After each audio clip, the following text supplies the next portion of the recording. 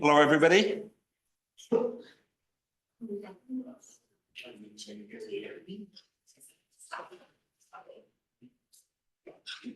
Maybe somebody could close the door at the back. Thank you.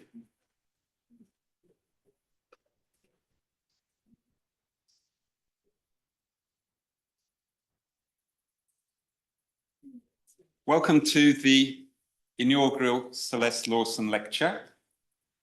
We've got a program with different people who will both introduce and remember our valued colleague and also lecture. My name's Stephen Dobson. I'm the Dean of Education and the Arts, and I will do the acknowledgement. We acknowledge the Daramble people and all the peoples who are watching from different countries around Australia.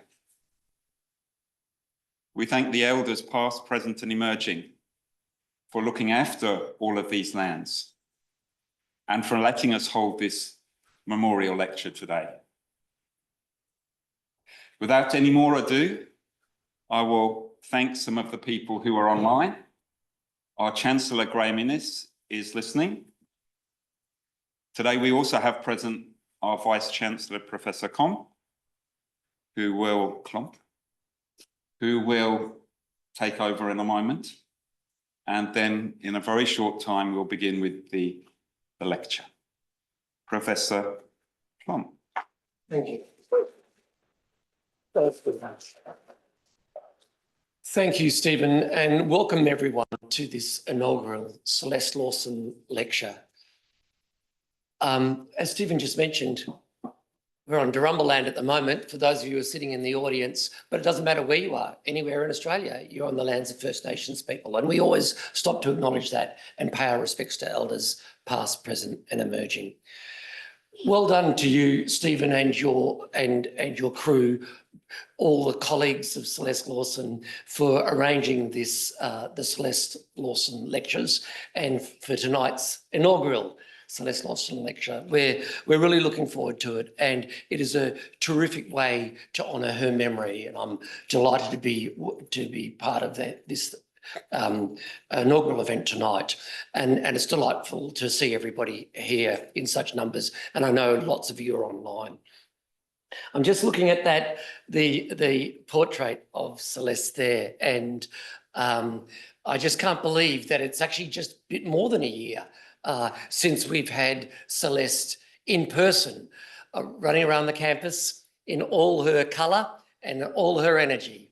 And everybody that worked with her and chatted with her or engaged with her in any way on any given day always walked away that much taller. That's much more fulfilled. She had so much energy and so much advice. I worked with her for lots of different reasons, not just because she was chair of our academic board and of course on our university council. So there was reasons why I had to work with her, but no, she grabbed me for lots of different reasons. I turned to her for expert advice on communications, particularly during the COVID period. And not only was she really helpful, but she was really honest when I got it wrong, really open about that. And that was just always terrific, but always so supportive as well in a way that I could improve, but always in that supportive way. And this is the message that I hear from everyone whenever we start talking about Celeste and her memory. So it's kind of bittersweet, and you could probably hear it in my voice being up, making some introductory remarks this evening, because we miss her terribly, and she will always be in the hearts of everybody at the CQUniversity.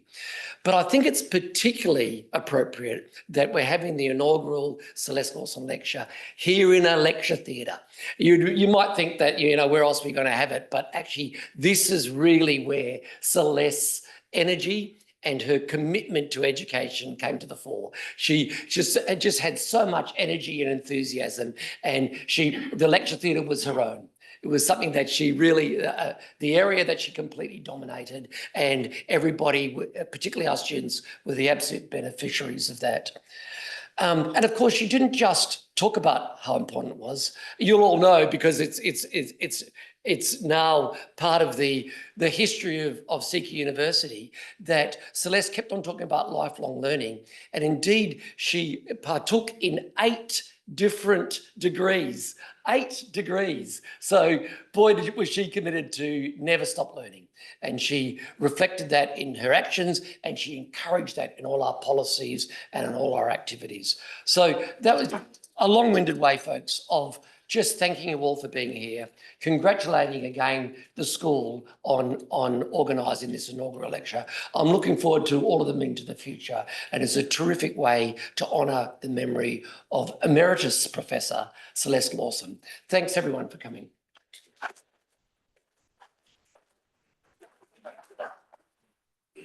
Hello and good evening. My name is Dr. Amy Johnson. I'm the head of course for the Bachelor of Arts, and the best sort of part of this night is to get to bring with you some of that passion and a bit of what we do in the arts team.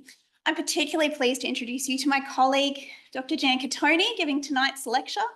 Celeste was warmth and colour and passion, and my colleague Jan brings all of that, and she is the true embodiment of the future focus of Celeste and her research. I'm going to read to you the blurb about Jan because I could not give a credit to Jan and all the wonderful research that she does. So Dr. Jan Catoni is passionate about the importance of storytelling and its capacity to bring positive change to people's lives. Jan's professional career spans several disciplines, including writer-director, academic, and paediatric intensive care nurse. And she's woven these disciplines into a hybrid career in ethical filmmaking, often working with vulnerable individuals and marginalised communities. Jan's research interests are in creative practice research, and she is currently chief investigator on an ARC discovery project, Future Stories, co-creating virtual worlds with young people in hospital.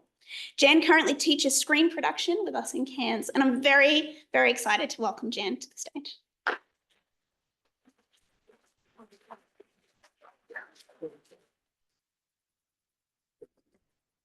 Thank you very much, Amy, for that wonderful introduction. I'm used to being behind the camera and I'm quite good at appearing calm, but I'm anything but. So with the encouragement of my dean, I have some white wine here. And in fact, the VCs said I'm amongst friends, so I need to just relax. So that's what I'll do. We've had lots of technical challenges today, and I'm grateful to Delise for helping solve some of those and for my digital media team. And Delise, I might get you to start that first slide. So I'm doing something a little bit tricky. The slides are on one computer. We can't get the notes up, so I'm reading off my laptop. So I ask you to bear with me. Thank you, Amy, for the lovely introduction. And it means that I can kind of not say a couple of other things, which I was going to say. Okay. Yep. It's the far one. Thank you. And I'll just grab the mouse so I can progress these slides. Yep, great. This is a beautiful flower. It's actually a plum blossom taken up in Hokkaido in Japan. I live in a very old Japanese house, the oldest Japanese house in the world outside Japan, and I travel to Japan a lot. So I'm very interested in Japanese culture. I wanted to start by saying I am deeply honoured to be here tonight presenting the inaugural Celeste Lawson lecture. I wanted to flag that I know that this is a very vulnerable time for many of you. It really, really is. And I guess I want you to all be gentle with each other. It's really, really important. I asked for the lights to be dimmed, but they're not dimmable. So, you know, if you need to leave, that's all right as well. When someone dies suddenly, it's a catastrophic event. Even though we're all aware that that's our final destination, very few of us are prepared. It's disorientating, the horizon shifts, and we try and make sense of the altered state in which we find ourselves in. None of us will get through life without that experience. In other cultures, there's a lot more rituals to support people moving through that process, but we largely live, I think, in a post-religious West in which we don't have those rituals. Our parents, our grandparents, they kind of lived with death a lot more because medicine wasn't so great. And so there was a lot more experience. But here we're really left to kind of flounder a lot of the time. And there's nowhere I saw that more than in the children's intensive care unit. And grief is an enormous area of research. You know, it's an emerging area of research. And it's now generally believed that the bonds with the lost person continue long after that person has gone. It's like just because a person leaves the room, our relationship with them doesn't end. And rather than some of the earlier thinking, which was about reaching a point of closure, we no longer believe that. We know that the relationship continues and it evolves and it changes. And so in this first year, it's kind of vulnerable for everybody, but it will continue. And events like this are so important in honouring what you've all been through. Sometimes it's just really hard to focus on that. So this is really an important event. And as the lecture series continues, you know, we will continue to honour Celeste in different ways. Okay. So I just have to do this. Yep, there we go. I started at CQU just prior to the pandemic. So I actually only ever met Celeste online, and I was deeply impressed. Here was this person who could cut to the chase in a very important meeting. She cleared everything out of the way, and student welfare always seemed to be her priority. That was, she brought everyone back to that point. I was deeply impressed with her, but I was also impressed with the institution that recognised her leadership. I think that's a really important thing to say. You know, she was just someone, as we've, you know, been talking about, everyone. She made an impression, didn't she? She made an impact. When I was asked to deliver this lecture, I was aware that there were many more people, particularly here in Rockhampton, who knew Celeste a lot better than I did. And with the support of my Dean, Professor Stephen Dobson, and my DDR Associate Professor Linda Pfeiffer, I asked if I could come down and I could talk to some of the corridor dwellers. Tinge this photo pink. And I just have to flag, I am a creative practice researcher, and this is largely image-based, and I tend to go off script anyhow, so just flagging that. Celeste's colleagues were incredibly generous, and they shared some stories, and I asked if I could kind of share them here today. We didn't put names on them, but you'll probably work out who everyone was. But for me, as a creative practitioner and a researcher, to me, and I thought this was one of the nicest ways of honouring Celeste. So I'm going to read those excerpts. I'm aware Amy's job is to try and keep me on cue. Amy, how much longer do I have so I can look at my... Okay, what's that, sorry? 3:30? Sorry, just so I can know which slides to go ahead with. Oh, I'd say 30. 30, cool, thank you. So I'm going to read these as we go through them.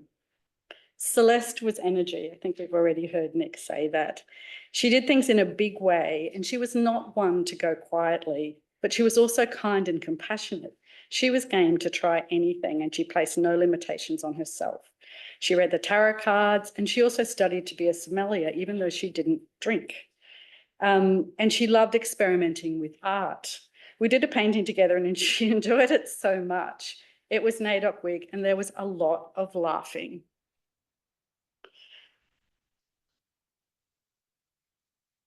Celeste drew 2 birds, and with each stroke of paint, birds became something else. They started off as brolgas. We go. And then she'd add another stroke of paint, and the birds evolved into something different, a little bit like Celeste herself. They ended up having yellow hair, which I discovered from Jeba was probably her equally favourite colour. Is that right?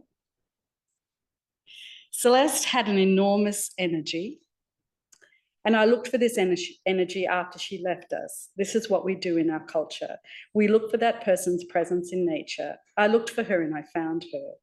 At her memorial, I noticed that the birds were calling, sulphur-crested cockatoos, magpies, kookaburras. There was one of her scarves on the stage, on the lectern. She loved scarves, and I noticed that the air was moving through it, bringing it to life. And I thought, she's here with us today. Celeste was sound and movement. The silence when she was no longer there was deafening. I needed to wear headphones and listen to music to block out her silence and to fill the emptiness. Every time I walked out of my office, however, I saw her empty room, a closed door to a dark space, and so I had to change offices as well. Only then could I begin to breathe and begin to set sail without her. Losing Celeste meant losing knowledge, enormous institutional knowledge, and her knowledge of people. She taught me that you can get almost anything you want at the university if you know the systems and you're willing to do the paperwork and the hard work. As our supervisor, she also shielded us from a lot, and in this corridor of which she was the heart. In the circumstances of her loss, I just wanted to ask her, what would you do in this situation? How do I navigate my way forward? How can I set a course that can achieve a good outcome for my students and for my team in the way that you have? Celeste had a genuine passion for lifelong learning and was always studying something or other, and she's a large part of the reason I signed up to do another postgraduate qualification. She always celebrated learning and growth, and I imagine this won't be my last enrolment either. The first time I met Celeste, she was on the ground. I mean, on the ground, embracing someone's dog that they brought into the corridor. I love dogs too, but this was something altogether new. Soon afterwards, she began the pet wall where we all hung photos, and her office. It was amazing. She had a great eye for design. And then she started the corridor parties to keep us all connected with each other. She loved fishing, but she didn't fish. In her Master of Letters, she wrote a 1,000-word rhyming pentameter. I can't even say this, pentameter. She was formal and creative. The sinking boat. Celeste was both an anchor and a safety net for many of us at CQU. And after her death, it felt like the bottom of a boat had been ripped out and water was coming in quicker than we could bail it out. We were all trying desperately to stay afloat. It was at this moment that we all became aware of the enormity of Celeste's work and what she had been involved with. Her presence was spread across so many different areas, and the boat now felt rudderless and in danger of going down. But then something seemed to happen. Those of us who'd spent large periods of our lives in that corridor had heard Celeste's words often. She had a full voice, and she used her words to negotiate with many, many people. She knew how to use words to connect to people, regardless of their rank, to direct others to what was important, which was always students, and to advocate, to steer a clear path forward, and to remind us all of what was important. Those words, which had bounced around the corridor and entered our psyche, came back to us as we were trying to stay afloat. And they guided us in knowing what to do and trying to find a way forward out of the deep water and onto the shore.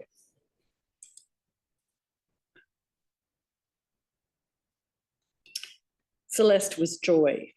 Celeste made a habit of looking for the best in everybody and everything.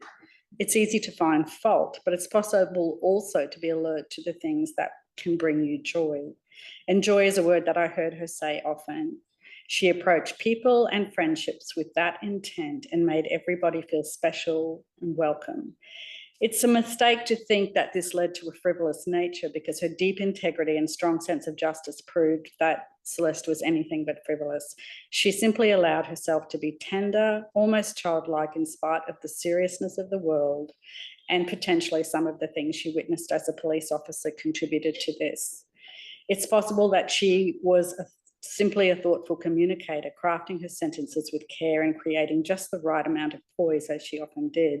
But I would contend that Celeste fostered her own empathic response to people, pets, places, trees, and flowers. And I'd like everyone to kind of hold on to that idea of joy and the importance of joy, even in really challenging situations. It's so important.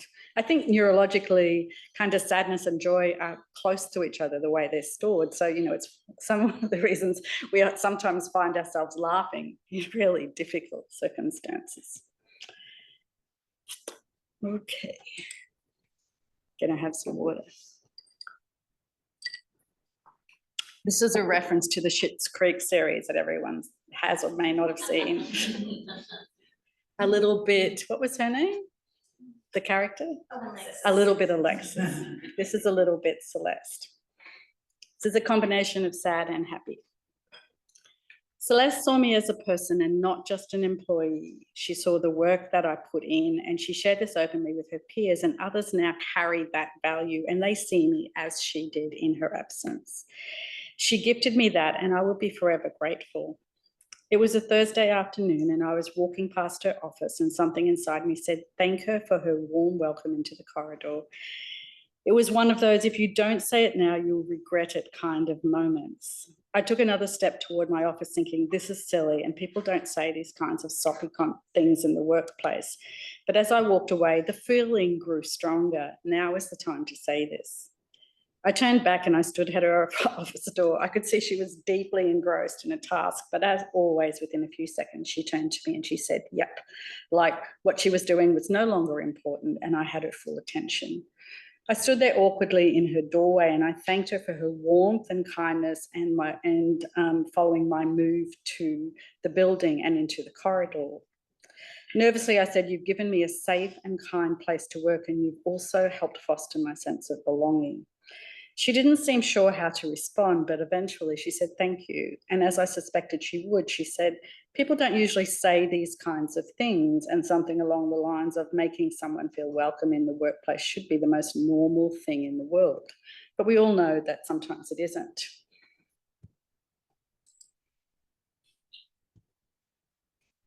It's safe to say that I don't regret interrupting Celeste that afternoon to thank her for her kindness. It was the Thursday before she passed, and it was the last time I got to see her. I will always hold this awkward and vulnerable conversation close to my heart as a fond memory and a reminder to tell those around you that they make an impact on your life. I can't remember who said it at her memorial at the amphitheatre, but they commented that her laugh was like that of a kookaburra, and now whenever I hear them, I think of her bountiful chuckle and it makes me smile. We all need to hold on to a little bit of Celeste. She shone a light that deserves to be relit for all of us. And hopefully this will pay.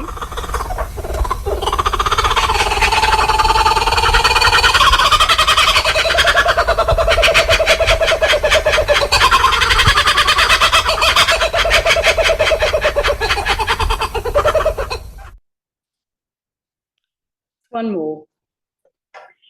I remember a painting of hers depicting a cherry blossom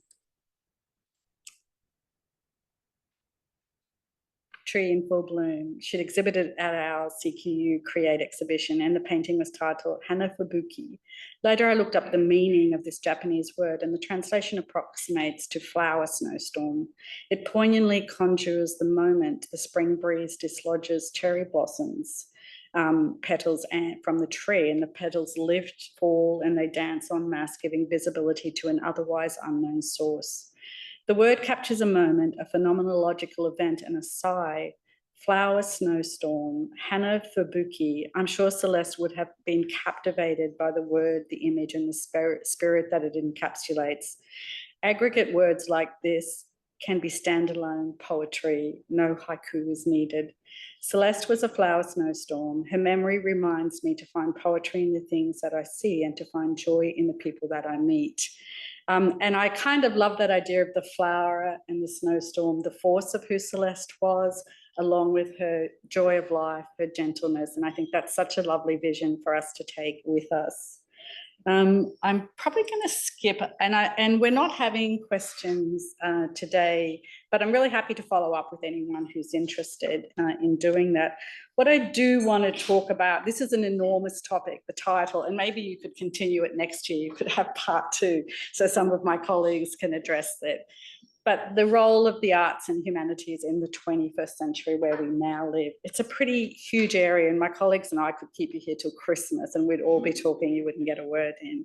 I started when I left high school, I'm going to tell a short narrative. I wanted to be a documentary maker, and I have no idea how that happened. I'd never met a documentary maker. In North Queensland at the time, we had 1.5 TV channels, but I had this idea.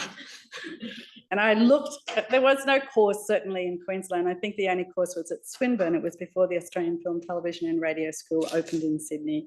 So a Bachelor of Humanities was the closest thing at Griffith University, and they taught something called film theory. So I learned about film and politics, deconstructing films. I learned nothing about making films, and I did a whole lot of other courses. And after 18 months, it really wasn't what I wanted to do. So I was a humanities dropout. I finished half a degree. I went back to North Queensland. I was the first of 7 children to leave home, and my mother was not happy. She thought she'd got rid of me. So she rang the matron at Mackay Base Hospital and she said, I think my daughter wants to be a nurse.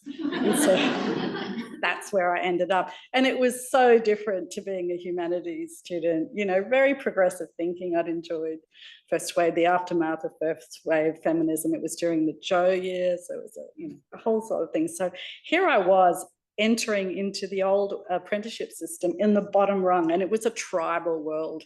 But this is where I realized that my humanities for 18 months was really helpful, because it really helped me interrogate that workplace, and it depersonalized it for me. And I pondered about which set of socio-political circumstances had contributed to this phenomena, that which is the hospital. You know, it really did. But then there was another thing that happened to me, and that's that I put on a nurse's uniform and people told me their life stories. I went from being someone who really couldn't learn anything about the real world, which you need to have as a documentary maker, and I was enthralled. I absolutely loved it. And I loved the science of nursing. And, you know, one of the things I want to touch on is this division between the science and the arts that I think, you know, the world works best when they're much closer together. And we as an institution, I think, can play a role there. So when I finished my nursing, I went and did paediatrics at the Royal Children's in Melbourne. And then I returned and I did that, finished that humanities degree. And then I did my honours. And basically this is what I looked at. I think I've missed a slide, yeah. I actually found that historico-social moment in history where science got elevated beyond the arts. And it was a point, you know, where governments were still, you know, starting to regulate the population, and scientific knowledge was incredibly important. This is where some of my slides. So Michel Foucault, in The Order of Things, examines, there we are, that's the science and the art of nursing. Actually, I'll leave it on that previous one for a moment. No, I can't go back. Sorry about that, but you saw it. There was I in the Florence Nightingale. He looked at the mid-20th century and he looked at 2 accounts of the horse 50 years apart. And it was kind of around the emergence of the microscope and the capacity to see and the elevation of scientific knowledge. And in the first account, knowledge around the horse was really like complex. It included where the horse lived, the sound of it, the history of it, the stories. And there was a whole lot of information that was embedded in accounts of what the horse was. 15 years later, we've come up with a classificatory system of knowledge, and a lot of that knowledge has been lost, and science has been elevated, and it was a very useful body of knowledge, but it wasn't all there was to know. There was a lot more to know. And in my work as a nurse, I used to think that medical knowledge was like this thin slice of a cake. It was a deep slice. It's incredible knowledge. It helps us in a whole range of circumstances. If we look at the statistics around heart disease, a whole lot of common diseases, it's phenomenal, but it's not all there is to know about the lived experience of being a human and of being healthy. And we're, you know, we are in an era where the kind of the other bodies of knowledge are really surfacing to kind of make us think more broadly about health and what it is. And one of the things that I knew was that as a nurse, I had learned a huge amount, and it was really valuable knowledge, that this idea of observing a situation again and again and again contributed to a sense of what's often referred to as intuition, but it was really bound on, you know, based on really solid observations. So by this stage, I'd progressed to becoming a clinical nurse in the children's intensive care unit. And so I could see how every consultant might approach the same problem, whereas the consultant might only see how they, you know, approach a problem. So you get this really embedded knowledge. We know it's embedded knowledge, and I knew it was valuable. And I found nursing hard to kind of survive in for that reason, to be honest. And I did a short stint in nurse academia, which wasn't for me. So I went back to the academy and I did a graduate diploma in filmmaking, in media production. And I went and worked in the Pacific for UNICEF initially, in Vanuatu and the Marshall Islands, and then in Vanuatu. And I used my filmmaking skills in a kind of applied way. And I learned firsthand that allowing people to tell their stories, to see their stories reflected back at them, had a huge impact on their lives. I made a documentary about a group of they were called SPRs, Spirim the Public Road in Vanuatu, and they were young people who drifted in from the outer islands and were blamed for everything. But allowing them to tell their stories meant that people saw them differently once they looked at them through their television screen. And it was a really high impact documentary. Amnesty International got involved, and I really started to think this was an area where I could really, embed a lot of my learning. And so I went back and did a doctorate in visual arts. I went to an art school, and that was where I really got to learn about creativity and how it really can help connect us with our other senses. And in my doctorate, I looked at telling difficult stories in the documentary context and bearing witness to these and the effect of that on the storyteller, the audience, and the filmmaker. So I'm going to round up this little area by saying I think we could agree that Celeste was someone who saw around the edges of disciplinary knowledge as well. She used lived experience. She involved, she could see things from many different perspectives, and we see that in her stories that she's told us. So I think the humanities are a bridge between the arts and the science. And I think we live in an era where they're kind of in jeopardy. It costs a lot more to do arts or humanities in our current climate. And I think students who enroll are already pretty brave because there's no job assurities, and yet we know there's really significant uptake. So I kind of ask everyone in the room who has any influence to really champion the arts. And in terms of the environment in which I worked in the hospital, often when science doesn't work, this is, when we lose someone, this is the time that the arts, the creative arts in particular, really come into play, and they can help us. And these are situations in which, as I said, we'll all find each other. I was going to talk about something else, but I'm going to, actually I should show you this one. I wanted to talk about First Nations knowledge because it's probably the most connected knowledge that we have. And I didn't know how to do it, and because I'm not a First Nations person, and I didn't feel I could do that. But I've kind of often talk about my approach to research as serendipity as a methodology. And when I hopped on the plane yesterday to come here, I ran into Sid Bruce Short Joe at Cairns Airport. So this is Sid Bruce.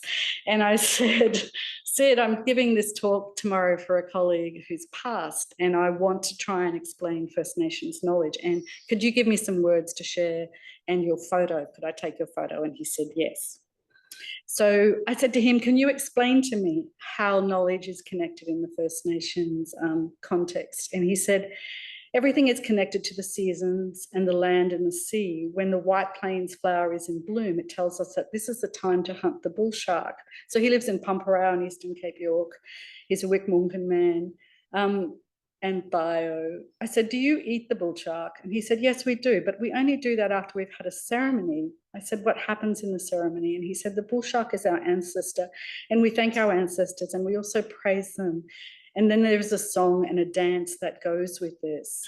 And in the dance, the position of the dancers is very important because we place experienced hunters beside inexperienced ones, and together they make a zigzag pattern in the sand. And at that point, we were interrupted, and Sid had to go to gate 15 to catch his flight to Pumparao. But I thought it was just this lovely example, and his generosity in allowing me to share it with you, I thought he's an amazing director, he really is. So looking at the time, I'm going to skip this. I think you get the gist of this slide here. It's what I've been talking about a lot. Just that we all, what I've learned from that amalgam of experience is that we all need to see stories that reflect our experiences, and that when we face immense challenges in our life, creativity, music, and the arts are some of the things that can actually guide us through them. And as I said, we live in a world that's incredibly divided at the moment. The polarization of positions is really of concern. And so once again, I think the humanities and the arts can help us refocus. Okay, so what I want to talk about now, and I've got a couple of, I can do all this talking, but I might like to show you some work that we've been doing. So the Future Stories project involves co-creating virtual worlds with young people in hospital. The young people are our co-researchers. We take their role very seriously, and they're co-designers of the virtual worlds. What is it? It's an ARC discovery program, and it goes over 3 years. I'll show you that in a moment. For each participant, we do 5 to 6 weeks of world building, and in total by now we've done about 16 worlds. It's for ages 12 plus, and currently we deliver this program to long-term stay or young people receiving ongoing treatment, and it's a multiplayer experience, meaning more than one person can go into the world. It was one of those accidental discoveries in that we found that for young people, particularly adolescents who were stuck in the room for long periods of time, often they're out of reach of a lot of the arts and health programs and a lot of the social activities that are available to young people. And from when we first started it, multiplayering has become available. These are the partners in this project. So 3 hospitals, Sydney, Queensland Children's and Cairns, 5 universities and the Australian Research Council. This is the team, and so there's the 3 of us at the top. Myself, Michael Balfour is the lead researcher, and Margaret Gibson from Griffith Uni, and myself as chief investigators. And all the orange little folk are our hospital-based partners, and they're extraordinary. And ironically, the medical consultants are probably our strongest supporters. This is Guy down here on the right. I don't know if I can't do that. So Guy and I do most of the engagement with young people. This is our timeline. We started the pilot in 2018. We've had 16 weeks at Queensland Children's Hospital last year, 10 weeks in Sydney Children's Hospital this year, and we're going to Cairns to kind of look at the applicability in the regional setting. So our young people get referred to us through clinicians, and we'll often go and we promote the project. Once they've deemed that a young person might benefit, then we start a whole series of meetings with parents and participants, and then we go visit the nursing staff and those who look after the children. We use Oculus Quest, but there's some issues with going from one young person to the other, so we have to be really vigilant in terms of not cross-infection and not, particularly with immunocompromised young people. Guy and I have a toolkit, so we start with drawing, writing, whatever the young people want. We give them jobs to do, and we come back and they've always done the jobs. So this is an example of world building in Jamie's world, and you'll see that in a moment. So she was a drawer, so her world was really defined by the things she couldn't do in her actual life. So she wanted to swim with dolphins and eat chocolate cake primarily. The other 2, you can imagine, for those of you who are the tech heads, some of the challenges of creating these virtual worlds. I want to create a fantasy island where I can meet my dragon Fluffy, and I want to land a 1970s Concorde while being chased by a UFO. When we first started this project, we were quite concerned that young people mightn't be able to come up with ideas. We kind of say, where would you rather be? We create a hospital foyer in each site, and the worlds are on these little platforms. And so in the hospital foyer, here's an example of it. This is Sydney Children's Hospital, Queensland recreated. This is a sculpture by Emily Floyd, and because it's multiplayer, the players have to be able to see each other. So we got her permission for the players to be able to recognise each other as parrots, which you'll see in a moment. My role is a really interesting one, and it's evolved as the project has. And really, big thing I do initially is I read the room. I understand the context and the really sensitive nature of what happens to families when they have a seriously ill young person. It's a really big thing. And that's something I've learned over many years. So in its current version, I probably do about 2 or 3 jobs that we need to extract out, as does Guy, as both a creative artist and a coder. You know, if we there's been a lot of support. It's been a very popular program. I also have an agreement with Guy that if I notice a young person starting to deteriorate, I let him know so that he can prepare himself, because it's a huge thing for a young person who hasn't had experience in that environment. And I'm very sorry to have to say we've lost about a third of our participants up to now. So researcher wellbeing is really important, but because it's an area, like, we maintain contact with families, they have a say over everything. We have an incredibly responsive consent process, and that's probably one of the really strong standing points that we've come, one of the great outcomes. And talk about impact. This is research impact. This is potentially research that has incredibly huge impact. I'm going to just go through, I'm going to come back to this. What we might do now is we might show an example so you can see for yourself. So this is 5 minutes. Sorry, Amy. I get to have some water and some wine. It's the other benefit of being a filmmaker and being able to work in this environment, I guess. So I documented once again.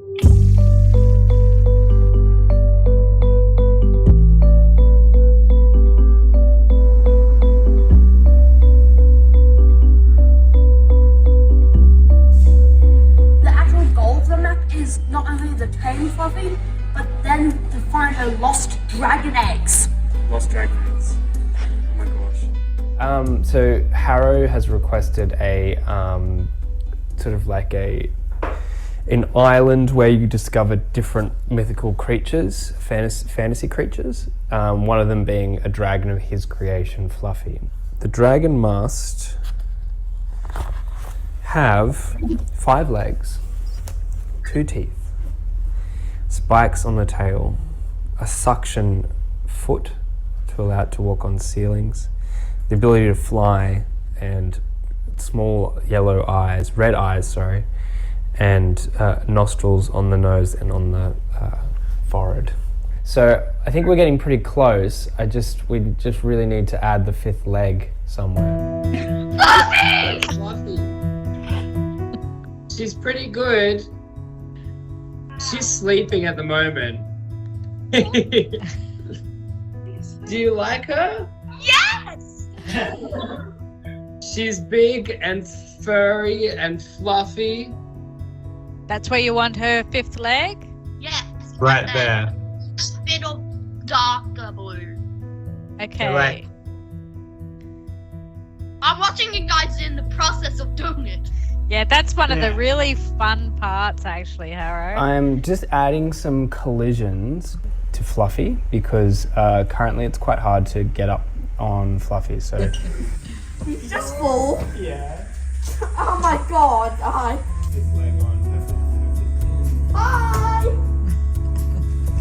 Guy, I'm waving. I'm in. I'm gonna go flying. It'll get exhausting after He's just full. Yeah. You can't get me if I press the button. This is the most happiness and like most happy and excited character that I'm getting is the only time when he's doing this with you guys, so it's lovely to see. Yep. I'm Jamie, swimming with dolphins, eating chocolate cake, and riding a horse. I'm drawing my doll. Ruby? Ruby the dolphin with a firework. Hi, my name's Jamie. Welcome to Dolphin Land. Keep an eye out for my 3 friends, Ruby the red dolphin, Gemma the purple dolphin, and Daisy the white dolphin. You can eat from the picnic baskets, or hop into the water and go for a relaxing swim, or hop on the jet ski and go for a thrilling ride. Hope you enjoy my world. Have lots of fun. Do you have anything to say to other kids might be interested. Think big. We have delivery of the Concorde here. This is Brisbane Airport here. This is one of the runways, which is 01 left. It's what the Concorde is going to land on. We have the Tic Tac here. So this is kind of going to be what it's like. So this is all going to be window, kind of a futuristic design. It took a screen grab out of Blender. So I use Blender for like most of my 3D models. I've used that before. But yeah, really cool. I will, maybe I'll show you a bit more of this stuff when we come in. Yeah. That second one looks pretty cool as well. I need the plane to be kind of still, otherwise the players will fall off. Oh yes! Oh yes! So, Oh yeah! oh, there's the Tic Tac. It's pretty great. That is awesome. That is so. So we're in the middle of the storm now. Yeah. I have added something really cool. Okay. If we can go out in the wind. We can. Oh my.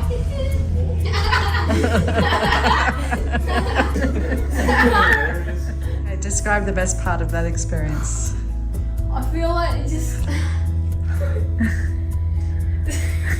It's a smile, well, happiness still. Look at it. Yeah, it actually takes you away from reality. It's like another world, and you actually get to have real fun in the other world, and you feel like you just teleported away from the hospital for a second.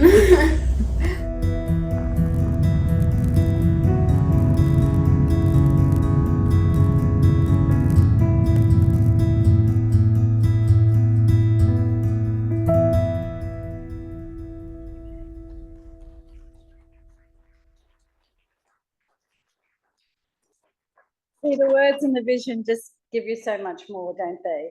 I'd like to say the only complaint we've had about this project is a noise complaint, that the laughing is too loud. I just wanted to finish off. This is Dorothea Lang, who's she's one of my heroes. She was a photographer who started the social documentary, kind of documentation movement, and you might have seen that photo of hers, which is the migrant mother. One of the things that she said that always interested me was that she was working as a photographer for, it was like the agriculture board, and she went to like a service station and she noticed the migrants coming in and no one else seemed to notice them. She said, I didn't know what was going on. She said, but I could see what no one else could see. And she often wondered if it was her own life experience, the challenges she'd had that gave her empathy.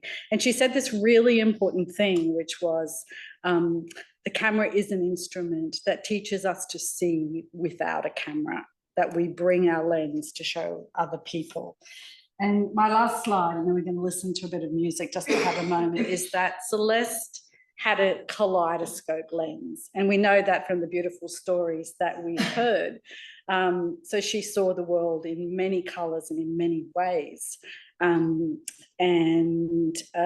one of the things we know is that, like Dorothea Lang, and if we want to keep joy at the centre of this, is that Celeste has shown many of you how to see the world without her. Okay, and we know that. And so moving forward, I just like everyone to keep that joy of life inside them. We're going to, Judith's very kindly allowed us to play some music she recorded last year for Celeste's memorial. And I just think it's just a chance for us all to settle. When we talk about losing someone else, we are revisiting all the people we've lost in our own life, and we're kind of thinking about our own final destination. So as I said earlier, be tender with yourselves. I think the arts and humanities can help us all, and then we'll just play Celeste's piece and yeah, just have a reflective moment.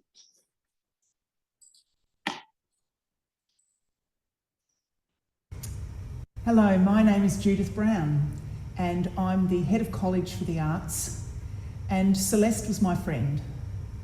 Celeste was my colleague. I'm very grateful for everything that Celeste has done for me, for our college, for the university, for her friends. When we can't say very much, we use music. This piece is called Grateful, and it sums up how I feel about our relationship and what Celeste has done for us all.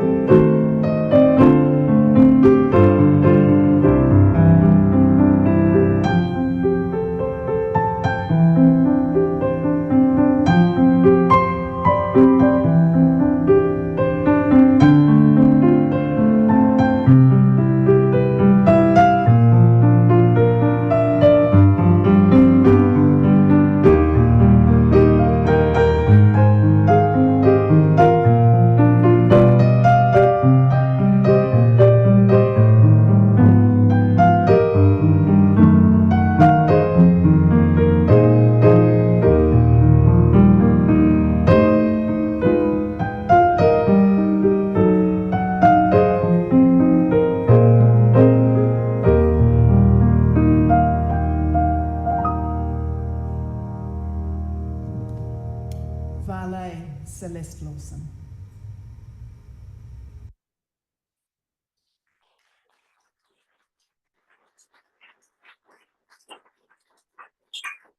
Jan, I don't think I've ever been so emotionally happy and sad and then happy again. Thank you so much for that. I'd like to invite my colleague, Dr. Ben Jones, Head of Course for the Master of Arts.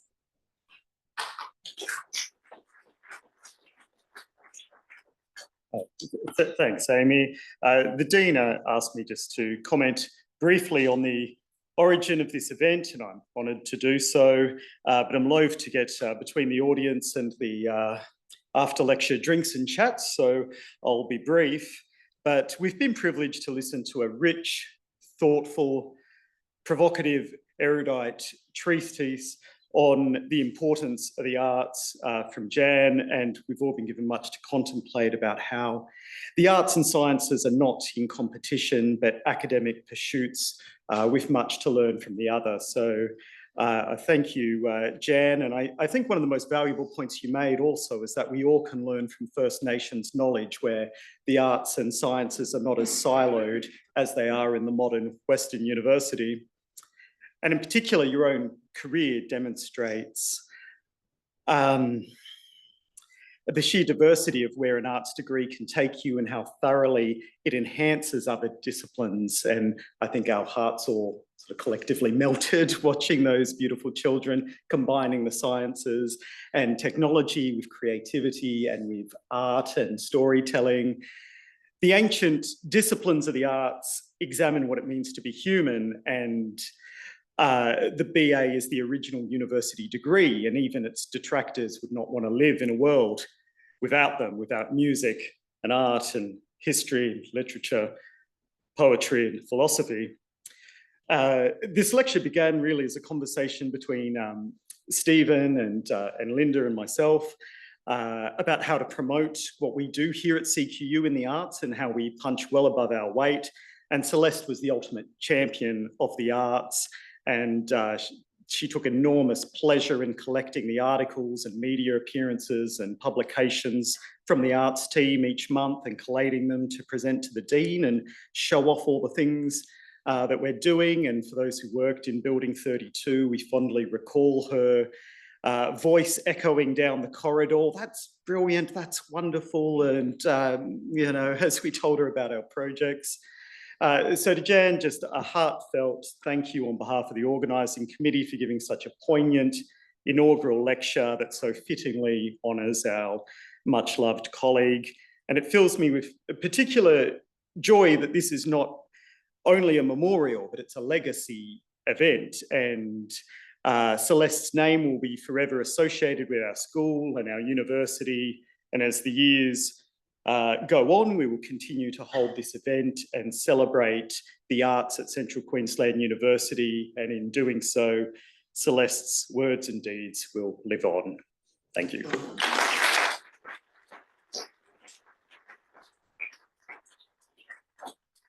Thank you, Ben. As we start to draw to a close, I'd like to invite Associate Professor Linda Pfeiffer, our Deputy Dean for Research, to come forward to present Jan with a lovely certificate. Thank you. As part of the annual Celeste Lawson lecture, we have some Celeste-inspired artwork created by Pat and Carmen. And I'd like to invite Jan up, please, to receive this certificate and gift to thank you for the very first inaugural Celeste Lawson annual lecture. Thank you.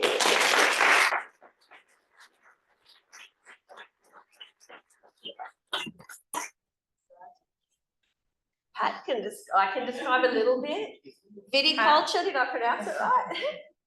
The grapes and the vineyard, sunflower, some guinea fowl and a dog. You can all ask Pat about it after, but thank you so much. I have a funny little story, and that's that I told Nick just before we started, and I said my dear father died last year, and in the final few days of his life, I said to him, you know, if I had my time over again, I'd retrain as a sommelier. It's my Italian heritage. And then I learned, later learned that Celeste had, in fact, done sommelier training, even though she didn't didn't drink. So I think this just is a sign that I need to apply for that leave next year to go. I've got a family wedding to go to in Verona in September, Stephen. I'll be asking for a bit more leave and I'll wrap it into a creative arts research project. Thank you very much, everyone. I'm really honoured to be invited. I really, really mean that. And it was such a joy to talk to you all about Celeste and to share this event. So thank you. I'm deeply.